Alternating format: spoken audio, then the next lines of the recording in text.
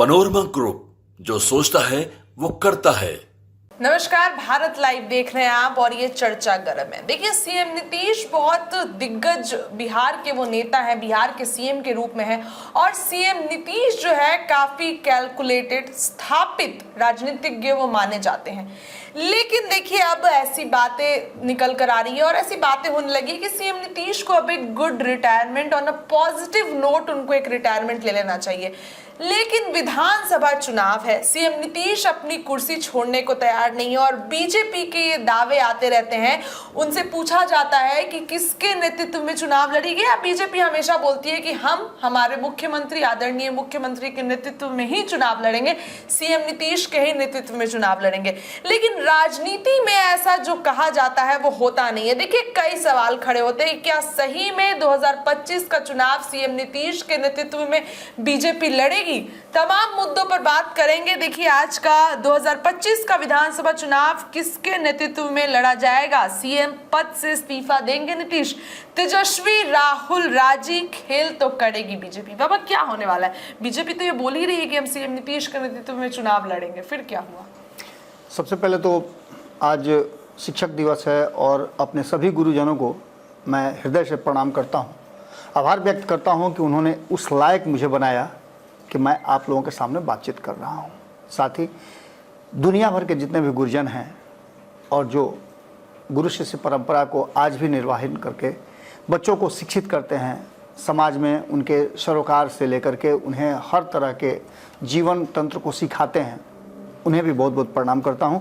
और अब अपनी उस बात पर आता हूं जिसका सवाल खुशी ने किया है कि लगातार हम पिछले 48 घंटे से लालू प्रसाद के बिहार की राजनीति में या सिंगापुर से बिहार आने के बाद जो हम लगातार बिहार की राजनीति को पढ़ रहे हैं, समझ रहे हैं। खुशी, आपको याद होगा कि जैसे ही आए थे लालू प्रसाद सिंगापुर से, तो सबसे पहली खबर हमने यही कहा था कि सिंगापुर से पूरी तरह से ठीक होकर के, फिट होकर के लौटे हैं। और उनके फिट होने का प्रमाण सबसे पहला यही है कि बिहार में राजनीतिक हलचल बढ़ी। वो नहीं आए उससे पहले उनका आदेश आ गया था और सभी विधायकों को, सभी कोर टीम के मेंबर्स को राष्ट्रीय जनता दल के तेजस्वी यादव ने कॉल कर लिया था। और ये देखने को मिला लगातार। अभी हम जब खबर कर रहे हैं तब भी मीटिंग चल रही है। इसका सीधा सा मतलब है कि कहीं ना कहीं बिहार में बड़ी राजनीति हो रही है और इस बड़ी राजनीति का असर आप जानते हैं कि जब भूकंप आता है तो किसी खास को नहीं, सबको हिलाता है। चाहे कितना भी मजबूत हो, सब हिल जाता है। ऐसा ही एक भूकंप आया था 2024 के चुनाव में और ऐसा ही एक भूकंप आया था 2014 के चुनाव में। 2014 के चुनाव में जो भूकंप आया था उसने सुनामी साथ में लाया था और सभी बह गए थे। लेकिन 2024 वाला भूकंप आकर के हिला डुला करके इस बात की तरफ इशारा किया है कि अभी और भी भूकंप आने बाकी हैं। इन सारी बातों के साथ साथ अब हम 2025 के चुनाव की तरफ पूरी तरह से आगे बढ़ गए हैं। 2025 के चुनाव की चर्चा जैसे ही आप शुरू करेंगे तो वैसे ही आपको 24 घंटा पहले नीतीश कुमार और तेजस्वी यादव से हुई मुलाकात आपके सामने आ जाएगी और इस पर विभिन्न तरह की जो चर्चाएं चल रही हैं वो आपको समझ में आने लगेगी। अब इस पूरी कहानी में एक बात तो आप सीधे तौर पर समझ लीजिए कि चर्चा खूब चल रही है कि जब बिहार में कोई राजनीतिक उथल पुथल होगा तो इस बार सिर्फ बिहार में नहीं होगा, क्योंकि अब तक 2013 में, 2017 में, 2022 में, 2024 में जो कुछ भी हुआ उससे केंद्र की सरकार पर कोई असर नहीं पड़ा था।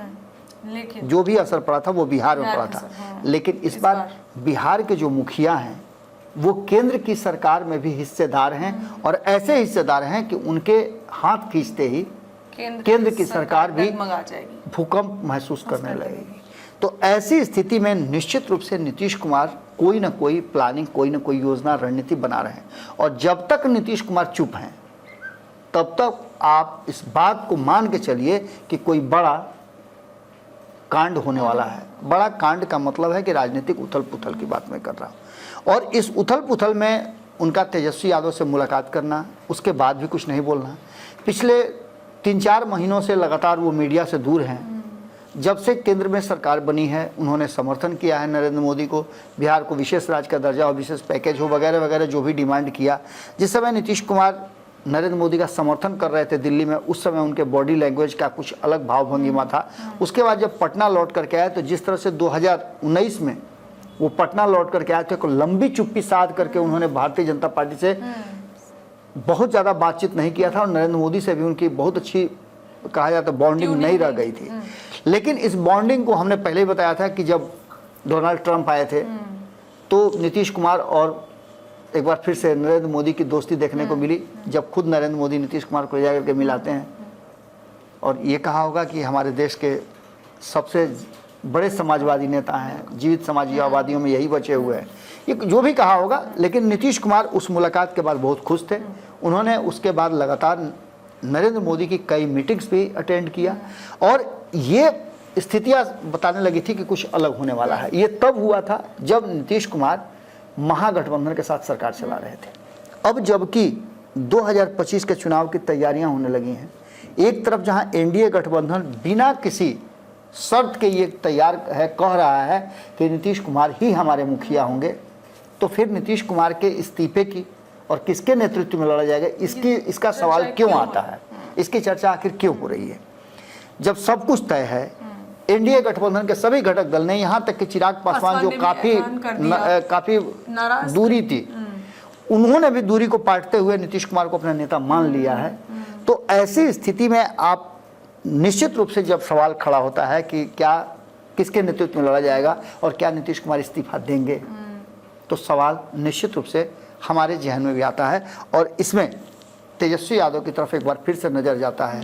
एक बार फिर से उस एनडीए गठबंधन, माफ कीजिएगा, इंडिया गठबंधन के सभी घटक दलों की तरफ जाता है जो लगातार नीतीश कुमार को इंडिया गठबंधन में फिर से वापस लाने की बात कर रहे हैं। अब इसमें आंकड़ों का सबसे बड़ा खेल है।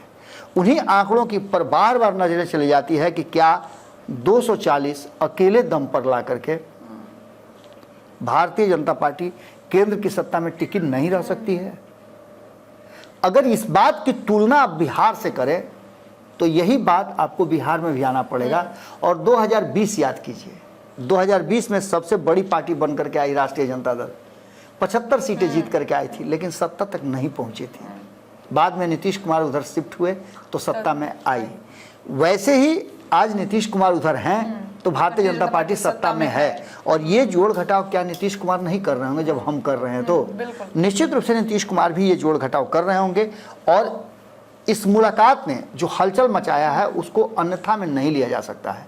इस मुलाकात ने निश्चित रूप से बिहार और देश की राजनीति में एक खलबली तो जरूर मचा दी है और सोचने के लिए मजबूर कर दिया है हर राजनीतिक दलों को अपने फायदे और नुकसान के हिसाब से उनका फैसला क्या होना चाहिए।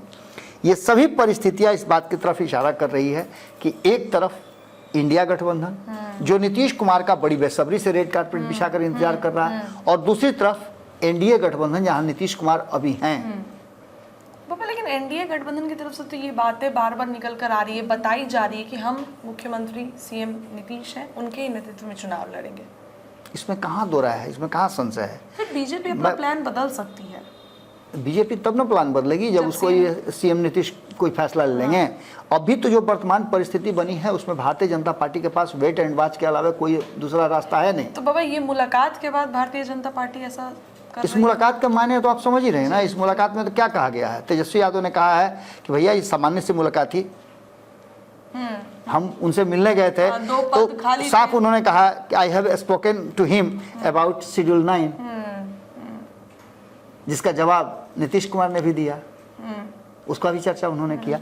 बातें तो यहीं तक आकर के एक नोटिफिकेशन भी निकल गया, सूचना आयोग 2 लोगों को बनाया गया, उसका भी नोटिफिकेशन, वो भी बातें सही साबित हुई। लेकिन क्या ये बातें भारतीय जनता पार्टी को मान लेनी चाहिए? क्या हमें इस बात को मान लेनी चाहिए? बाबा, भारतीय जनता पार्टी तो वहां नजर गिराए बैठी हुई थी ना। भारतीय जनता पार्टी मुख्यमंत्री बैठे हुए थे और विजय चौधरी भी मौजूद थे। ये सारी बातें आप कह रही हैं तो ये आधा सच बोल रही हैं ना आप। आपको आधी जानकारी है। पूरी जानकारी ये है कि जब ये लोग मिले हुए थे, जब ये 7 लोग बैठे हुए थे, उसके बाद बहुत देर तक तेजस्वी यादव और नीतीश कुमार एक दूसरे को देखते रहे। उसके बाद सभी बाहर निकल गए और तेजस्वी यादव नीतीश कुमार अकेले में बात किए। ये भी तो उसका एक पहलू है। सामान्य मीटिंग में इशारों में बहुत सारी बातें हो जाती हैं जो अगले दिन अपना रंग दिखाती है। निश्चित रूप से कुछ नहीं हुआ होगा तो सीधे कहे होंगे कि घरे जा रहे हैं, फोन पे बात करेंगे जी। ये भी तो हो सकता है। यही भी कहे होंगे पापा आ गए हैं, बात करना चाहते हैं, ये भी तो हो गया होगा। होने के लिए तो बहुत कुछ हो सकता है। जब आप यही नीतीश कुमार हैं जो उठ करके जिस तरह से व्यवहार कर रहे थे लालू परिवार से, लालू परिवार के साथ, उसके बाद अचानक से वो अपने आवास से उठते हैं और सीधे राबड़ी आवास से पैदल पैदल चले जाते हैं, भोज के लिए पैदल पैदल चले जाते हैं। ये क्या है? नीतीश कुमार को समझना बहुत मुश्किल है। और यही कारण है कि जहां एक तरफ इंडिया गठबंधन नीतीश कुमार को अपने खेमे में रखते हुए डर रहा था, आज वही एनडीए गठबंधन नीतीश कुमार को अपने खेमे में लेने के लिए ललायित है। कारण कि नीतीश कुमार ने जो प्लान बनाया था वो प्लान सक्सेस हो गया है। अब दूसरी तरफ आप दूसरे पक्ष को अगर देखें आप, तो चर्चा इस बात को लेकर के और ज्यादा गर्मा गई है कि क्या अपने आंख के सामने भारतीय जनता पार्टी अपने आप को बर्बाद होते हुए देखना चाहेगी, देखेगी? ये तब संभव है जब भारतीय जनता पार्टी के पास कोई रास्ता नहीं रह जाए। भारतीय जनता पार्टी के पास जब तक रास्ता है, कोई भी मरीज, जब बीमार व्यक्ति सांस ले रहा होता है तो चाहे जिस परिस्थिति में भी सांस ले रहा हो, उसके परिवार के लोग उसको बचाने का हर संभव प्रयास करते हैं। डॉक्टर झुट्ठों के उनको अगर वेंटिलेटर पर रख लेता है और कभी कभी बीच में पंप मार के हिला देता है, तब भी लोग इंतजार करते रहते हैं कि अब ये उठ के खड़ा हो जाएंगे। वैसे ही भारतीय जनता पार्टी इतना आसानी से छोड़ने वाली नहीं है और कोई ना कोई बड़ा खेल तो जरूर करेगी। अब ये खेल कहाँ होगा, किस तरह से होगा, क्या उसकी परिणति होगी, किस तरह से खेला जाएगा, किस पिच पे खेला जाएगा, ये सभी चीजें अभी होनी बाकी हैं। लेकिन अभी सब कुछ हाइपोथेटिकल है, सब कुछ कयासों के आधार पर है। और कयासों में ऐसा नहीं है कि कयास निराधार होते हैं, कयासों में भी बहुत सारा दम होता है। मुझे नहीं पता था कि मैं 13 तारीख को जो बात कह रहा हूँ वो बात इतना जल्दी सच हो जाएगा। और भारत लाइव में तो हमारे संपादक भी कहते हैं कि जो बात हम कह देते हैं उसको सच करने के लिए कायनात भी हमारे साथ हो जाती है। तो निश्चित रूप से मैं कल ही चर्चा कर रहा था रत्नेश के साथ, आप भी थी, लगातार हमारे पास कई लोग फ़ोन कर रहे हैं, कई पत्रकारों का फ़ोन आ रहा है, कई पॉलिटिशियंस का फ़ोन आ रहा है, लगातार लोग बात कर रहे हैं कि आखिर होगा क्या। अब एक बात है, जिस तरीके से ये मुलाकात हुई, इसके बाद से आरजेडी कभी बंद कमरे में मीटिंग कर रही है, कभी लालू प्रसाद मीटिंग कर रहे हैं, तो ये क्या दिखा रहा है? क्यों नहीं करेंगे मीटिंग? उनकी पार्टी है, मीटिंग करेंगे। हम लोग मीटिंग नहीं करते इस हैं। मुलाकात के बाद तुरंत अब हम लोग मीटिंग करें तो कोई दूसरा चैनल कहेगा आप लोग क्यों मूल मीटिंग कर रहे हैं। ये सामान्य सी प्रक्रिया है। इसको आप उस, अच्छा एक चीज़ बताइए आप कि आप अपने घर में जो भी खाना बनाते हो, सड़क पे ले जाकर के लोगों के सामने खाते हैं क्या? टेबल कुर्सी लगा के खाना हमेशा छुपा के ही खाया जाता है। वैसे ही राष्ट्रीय जनता दल हो या भारतीय जनता पार्टी हो, मीटिंग उसकी स्वाभाविक प्रक्रिया है। लेकिन मीटिंग का टाइमिंग क्या है, मीटिंग में किस तरह के लोग आ रहे हैं, मीटिंग से निकलने वाले लोगों का बॉडी लैंग्वेज क्या है, उनके भाव भंगिमा क्या कह रहे हैं। ऐसा ही एक मीटिंग आज से 18, 19 महीना 20 महीना पहले हुआ था, जिस मीटिंग में जैसे ही लोग निकलना शुरू हुए और दिल्ली में खबर गया सबको कि आइए पटना, वैसे ही हम लोगों ने कह दिया था कि हो गया खेल। जैसे ही बहुमत साबित करने का हुआ और सारे विधायकों को बुला करके जब आवास में कैद किया गया, तब भी हमने कह दिया था कि खेल हो रहा है। तो ये प्रक्रियाएं तो चलती रहती हैं। लेकिन जो सबसे बड़ी बात यह है कि 2025 के चुनाव में एक तरफ जहां नीतीश कुमार को बिना किसी हिल हुज्जत के आगे करके भारतीय जनता पार्टी और एनडीए के गठबंधन चुनाव लड़ना चाहते हैं, तो वहीं दूसरी तरफ नीतीश कुमार के नेतृत्व में लड़ना तो तेजस्वी यादव भी चाहते हैं। लेकिन वो लड़ाई थोड़ा एक स्टेप ऊपर की है। और वो एक स्टेप ऊपर क्या है कि तेजस्वी यादव बिहार के मुख्यमंत्री हों और नीतीश कुमार देश के प्रधानमंत्री हों, तब ये चुनाव लड़ना चाहते हैं। नेतृत्व तो दोनों तरफ नीतीश का ही है, लेकिन यहाँ का नेतृत्व बिहार के लिए है और वहाँ का नेतृत्व देश भर के लिए है और देश में बहुत कुछ बदलने का है। खास करके जिन लोगों पर जो जांच एजेंसियां लगी हुई हैं, उन लोगों की बेचैनी इसलिए बढ़ी हुई है कि यदि ये सरकार रह जाती है तो हो सकता है कि उन्हें केजरीवाल की तरह, हेमंत सोरेन की तरह जेल जाना पड़े। इसलिए सभी लोग एक जगह आकर के कोशिश में लगे हुए हैं कि अगर इस सरकार को पलटने का कोई अवसर आता है तो पलट करके और सारी परिस्थितियों को ठीक कर लिया जाए। ये सबसे बड़ी बात है। और चर्चा इसीलिए है कि नीतीश कुमार 2025 के चुनाव से पहले मुख्यमंत्री पद से इस्तीफा दे सकते हैं, और ये इस्तीफा एनडीए में रहते तो नहीं होगा, इस्तीफा निश्चित रूप से उनको देंगे तो वो महागठबंधन में हो जाकर के देंगे, और महागठबंधन में तब वो इस्तीफा देंगे जब दूसरी ऊपर वाली कुर्सी पर वो बैठ जाएंगे, रिजर्व हो जाएंगे, उनको पता चल जाएगा कि अब इस कुर्सी पर रह सकते हैं, 6 महीना तो रह सकते हैं, तब उससे पहले नहीं छोड़ेंगे। चलिए देखिए क्या होगा क्या नहीं होगा, हमने चर्चा की। और सीएम नीतीश के नेतृत्व में चुनाव तो तेजस्वी यादव भी लड़ना चाह रहे हैं, लेकिन उनके शर्त अलग है, भारतीय जनता पार्टी की भी शर्त अलग है। क्या होगा, सीएम नीतीश क्या फैसला लेंगे, उनके फैसले पर ही केंद्र की सरकार टिकी है और बिहार में जो कुछ होगा उनके फैसले पर होगा। फिलहाल चर्चा गर्म में इतना ही, लेकिन चर्चाएं भारत लाइव पर लगातार जारी है। अपनी राय रखिए, बहुत बहुत धन्यवाद। पनोरमा ग्रुप, जो सोचता है वो करता है। अगर ये वीडियो पसंद आई और वह बिहार के राजनीति और बिहारियत से सरोकार रखेनी तो सब्सक्राइब बटन दबा के चैनल के सब्सक्राइब कर ली। ओजे एगो घंटी बा, ओकरा बटन दबा देला से कुल सटीक और मारक खबर रुआ मुफ्त में मिल जाई। अगर रुआ पत्रकारिता के हमनी के नया प्रयोग में सहयोग कर चाहतानी तो ज्वाइन बटन दबा दी। पेटीएम नंबर नोट कर ली 9386816700। धन्यवाद।